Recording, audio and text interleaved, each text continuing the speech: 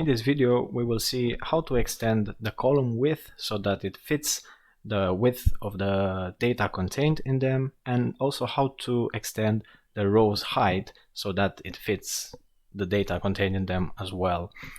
And I have an example right here, and if we look closely we can see that we have some cells that have some data that is bigger than the column width.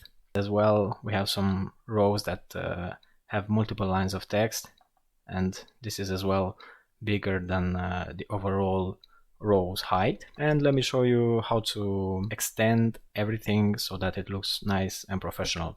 So first I'm going to select all the data that I have. I'm holding Control and then I press A, and just like that all the data has been selected.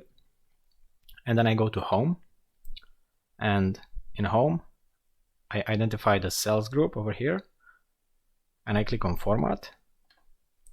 And first we're going to start with the row height. We have this option right here, auto fit row height. I'm selecting it, and just like that you see the rows that had multiple lines of data have now been extended to fit the height of the data. And we're going to do the same thing for the column widths. I'm selecting all the data with Control and A. I'm going to Format and I'm clicking on Auto Fit Column Width. And just like that, the data has been formatted. Looks nice, looks professional. Let me show you some shortcuts to do this. First, I'm going to start with the columns. You will have to select all the columns that you want to extend. So I'm selecting from A to F. And now go to any column in this data and hover until the cursor changes to these arrows right here. And when it has done that, you have to double click and the columns have been extended. And we can do the same thing for the rows. I'm selecting all the rows.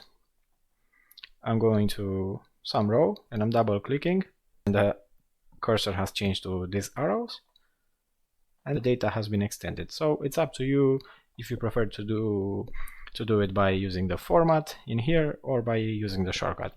That's it for the video. If you learned something new, please hit the like button, and if you have any Excel related questions, please leave them in the comments below.